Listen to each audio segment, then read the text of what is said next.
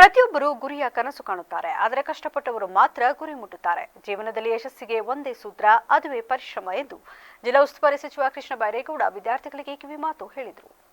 ಜಿಲ್ಲಾಡಳಿತ, ಜಿಲ್ಲಾ ಪಂಚಾಯಿತಿ, ಶಾಲಾ ಶಿಕ್ಷಣ ಇಲಾಖೆ ವತಿಯಿಂದ ನಗರದ ಹಾಸನಾಂಬ ಕಲಾಭವನದಲ್ಲಿಂದು ಆಯೋಜಿಸಿದ್ದ ಹಾಸನದ ಹೆಮ್ಮೆ ಕಾರ್ಯಕ್ರಮವನ್ನು ಉದ್ಘಾಟಿಸಿ ಮಾತನಾಡಿದ ಅವರು, ಸಾಧನೆ ಮಾಡಿರುವ ಮಕ್ಕಳ ಕುಟುಂಬದ ಮುಕುಟಮಣಿಗಳು ಮಕ್ಕಳು ಉತ್ತಮ ಸಾಧನೆ ಮಾಡುವ ಮೂಲಕ ಜಿಲ್ಲೆಯ ಕೀರ್ತಿಯನ್ನ ಹೆಚ್ಚಿಸಿದ್ದಾರೆ. ಇದು ಹಾಸನದ ಹೆಮ್ಮೆ. ಇವರ ಸಾಧನೆ ಇತರರಿಗೆ ಸ್ಫೂರ್ತಿಯಾಗಿದೆ. ಮಕ್ಕಳ ಪ್ರಯತ್ನ ಮತ್ತು ಪರಿಶ್ರಮದಿಂದ ಎಸ್ಎಸ್ಎಲ್ಸಿ ಫಲಿತಾಂಶದಲ್ಲಿ ಹಾಸನ ಜಿಲ್ಲೆ ರಾಜ್ಯದಲ್ಲಿ 4ನೇ ಸ್ಥಾನ ಪಡೆಯಲು ಸಾಧ್ಯವಾಗಿದೆ. ನಿಮ್ಮೆಲ್ಲರ ಸಾಧನೆ ನಮ್ಮ ಹೃದಯ ತುಂಬಿದೆ. ಇದನ್ನು ಸಂಭ್ರಮಿಸುವ ಕ್ಷಣಕ್ಕಾಗಿ ಹಾಸನದ ಹೆಮ್ಮೆ ಕಾರ್ಯಕ್ರಮವನ್ನು ಆಯೋಜಿಸಲಾಗಿದೆ ಎಂದು ತಿಳಿಸಿದರು. ಮಕ್ಕಳ ಸಾಧನೆ ತಂದೆ ತಾಯಿಗೆ ಖುಷಿ ತಂದಿದೆ, ಜೊತೆಗೆ ಕುಟುಂಬಕ್ಕೆ ಗೌರವ ತಂದಿದೆ. ಇದಕ್ಕೆ ಬೆಲೆ ಕಟ್ಟಲು ಸಾಧ್ಯವಿಲ್ಲ ಎಂದು ಹೇಳಿದರು. ಸೋಲು ಗೆಲುವಿಗೆ ನಾವೇ ಕಾರಣ. ಛಲ ರೂಢಿಸಿಕೊಂಡು ಸಂಕಲ್ಪ ಮಾಡಿದರೆ ಯಶಸ್ಸು ಕಾಣುತ್ತಾರೆ ಎಂದ ಸಚಿವರು, ಜೀವನದ ಯಶಸ್ಸಿಗೆ ಕೀಲಿ ಕೈ ಪರಿಶ್ರಮ ಎನ್ನುವುದು ನನ್ನ ಅಭಿಪ್ರಾಯ ಎಂದರು. ಪಿಯುಸಿಯಲ್ಲಿ ಉತ್ತಮ ಅಂಕ ಪಡೆದಂತ ಮಕ್ಕಳು, ಉತ್ತಮ ಫಲಿತಾಂಶ ಕೊಟ್ಟಂತ ಶಾಲೆಗಳು, ಅವರೆಲ್ಲರಿಗೂ ಕೂಡ ಅಭಿನಂದನೆಯನ್ನ ಸಲ್ಲಿಸತಕ್ಕಂತ ಕಾರ್ಯಕ್ರಮ ಇದು. ಇದನ್ನ ಜಿಲ್ಲಾಡಳಿತದವರು, ಮಾನ್ಯ ಡಿಸಿ ಅವರು, ಶಿಕ್ಷಣ ಇಲಾಖೆಯವರು, ಜಿಲ್ಲಾ ಪಂಚಾಯಿತಿಯವರು ಕೇವಲ 3-4 ದಿನದಲ್ಲಿ ಆಯೋಜನೆ ಮಾಡಿದ್ದಾರೆ. ಅವರಿಗೆ ನನ್ನ ಅಭಿನಂದನೆ ಮತ್ತು ಧನ್ಯವಾದ. ಕಡಿಮೆ ಅವಧಿ.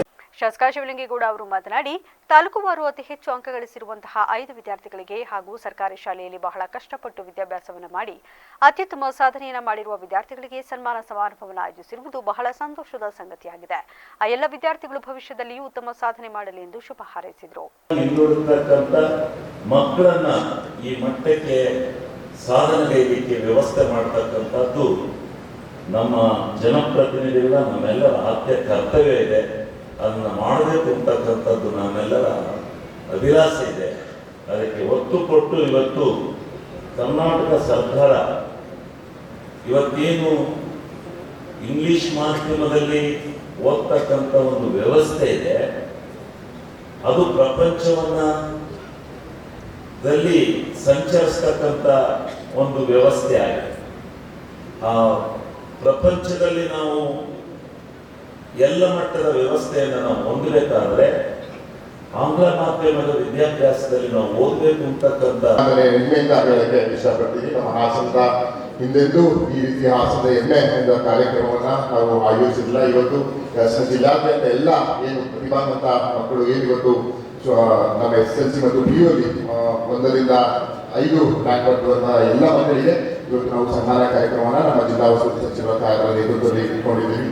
ಇವತ್ತು ನಿಮಗೆಲ್ಲ ಗೊತ್ತಿರುವಂತೆ ಶಿಕ್ಷಣದಿಂದ ಬೇಕಿದ್ರೆ ಏನ್ ಬೇಕಿದ್ರು ಸಾಧಿಸಬಹುದು ಅನ್ನೋದು ಇದೆಲ್ಲ ಗೊತ್ತಿದ್ದೀರಿ. ಯಾಕಂದ್ರೆ ಇವತ್ತು ನಿಮ್ಮ ಬಗ್ಗೆ ನಾವು ಎಷ್ಟು ಬಣ್ಣಿಸಿದ್ರು ಸಾಕು, ರಾಜ್ಯಕ್ಕೆ ಒಂದು ಅಪ್ರತಿಮವಾದ ಕೊಡುಗೆಯನ್ನ ಇವತ್ತು ನಮ್ಮ ಹಾಸನ ಜಿಲ್ಲೆ, ಅದು SSLC ಆಗಿರ್ಬೋದು, PU ಆಗಿರ್ಬೋದು, ಒಂದು ಅಪ್ರತಿಮವಾದ ಕೊಡುಗೆ ಕೊಟ್ಟ ನಿಮ್ಮೆಲ್ಲರಿಗೂ ಹೃದಯಪೂರ್ವಕ ಧನ್ಯವಾದಗಳನ್ನ ನಾನು ಪ್ರಪ್ರಥಮವಾಗಿ ಕೊಡಬೇಕಾಗ್ತದೆ. ಯಾಕಂದ್ರೆ ಹಾಸನವನ್ನ ನೀವು ಇಡೀ ರಾಜ್ಯಾದ್ಯಂತ ಹಾಸನವನ್ನ ತಿರುಗಿ ನೋಡುವಂತ ಕೆಲಸವನ್ನ ಇವತ್ತು SSLC ಮತ್ತು PU ಮಕ್ಕಳು ಇವತ್ತು ಮಾಡಿದ್ದೀರಿ. ನಿಮ್ಮೆಲ್ಲರಿಗೆ ಇವತ್ತು ಎತ್ತಿಡುವಂತ ಒಂದು ಏನು ನಮ್ಮ ಹಾಸನ ಜಿಲ್ಲೆಯನ್ನು ಗುರ್ತಿಡುವಂಥ ಕೆಲಸ ರಾಜಕೀಯ ಕ್ಷೇತ್ರದಲ್ಲಿರ್ಬೋದು, ವಿಜ್ಞಾನ ಕ್ಷೇತ್ರದಲ್ಲಿರ್ಬೋದು, ಅದೇ ರೀತಿ ಕ್ರೀಡಾ ಕ್ಷೇತ್ರ, ಹಲವಾರು ಕ್ಷೇತ್ರದಲ್ಲಿ ನಮ್ಮ ಹಾಸನ ಜಿಲ್ಲೆ ತನ್ನದೇ ಆದ ಹೆಸರನ್ನ ಒಂದು ಛಾಪನ್ನು ಮೂಡಿಸಿದೆ.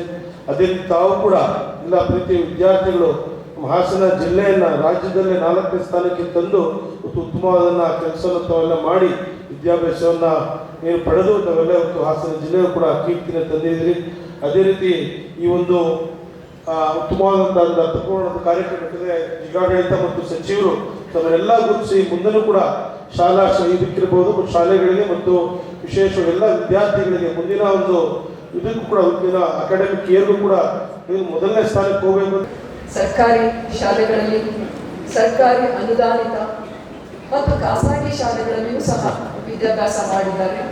ಜೊತೆಯಾಗಿ ವಸತಿ ಶಾಲೆಗಳಲ್ಲಿ ವಿದ್ಯಾಭ್ಯಾಸ ಮಾಡಿರ್ತಕ್ಕಂತಹ ಮತ್ತು ಉತ್ತಮ ಅಂಕಗಳನ್ನು ಗಳಿಸಿರ್ತಕ್ಕಂತಹ ಮಕ್ಕಳು, ಅಂಗವಿಕಲ ವಿಶೇಷ ಚೇತನ ಮಕ್ಕಳು ಮತ್ತು ಬಾಲ ಮಂದಿರದಲ್ಲಿ ವಿದ್ಯಾಭ್ಯಾಸ ಮಾಡಿ SSLCಯಲ್ಲಿ ಉತ್ತಮ ಅಂಕಗಳನ್ನು ಗಳಿಸಿದ ಮಕ್ಕಳು, ಹೀಗೆ ಪ್ರತಿ ತಾಲೂಕಿನಿಂದ ನಾವು ಮಕ್ಕಳನ್ನ ಆಯ್ಕೆ ಮಾಡಿದ್ದೇವೆ. 5 ಮಕ್ಕಳನ್ನ ಅವರಿಗೆ ಸನ್ಮಾನ ಕಾರ್ಯಕ್ರಮವನ್ನು ಸಹ ಇವತ್ತು ಅಭಿನಂದನಾ ಕಾರ್ಯಕ್ರಮವನ್ನು ನಾವು ಆಯೋಜಿಸಿದ್ದೇವೆ. ಈ ಸಂದರ್ಭದಲ್ಲಿ ಜಿಲ್ಲಾಧಿಕಾರಿ ಲತಾ ಕುಮಾರಿ, ಜಿಲ್ಲಾ ಪೊಲೀಸ್ ವರಿಷ್ಠಾಧಿಕಾರಿ ಶುಭನ್ವಿತಾ ಸೇರಿದಂತೆ ಮತ್ತಿತರ ಅಧಿಕಾರಿಗಳು, ಜನಪ್ರತಿನಿಧಿಗಳು, ಶಿಕ್ಷಕರು ಹಾಗೂ ವಿದ್ಯಾರ್ಥಿಗಳು ಹಾಜರಿದ್ದರು.